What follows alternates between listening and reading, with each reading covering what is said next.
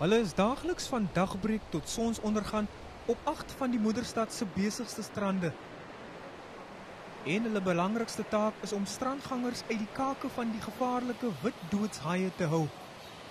Basically, we give the beachgoers warnings in terms of when there's sharks and if perhaps there's a high chance or high possibility of having sharks in the area. Sedert die program in 2004 begin het, was daar nog net 2 ernstige haaiaanvalle by strande waar sharkspotter-beamptes aan diens was. Die organisasie word ook geloof vir sy aandeel in die oprigting van 'n haai-uitsluitingsnet by Vishoekstrand waar wit doodshaie gereeld opgemerk word. We've been doing this for 12 years and over 12 years we had over 1,200 shark sightings and unfortunately having to deal with 2 shark attacks in those 12 years. So I think that is one good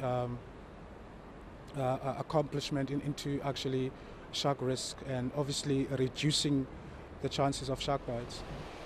Wat baie mense nie besef nie, is dat die bewaring van haie ook hoog op hulle prioriteitslys is. For instance, we have up to 70,000 Cape fur seals. That's about 7 kilometers from here.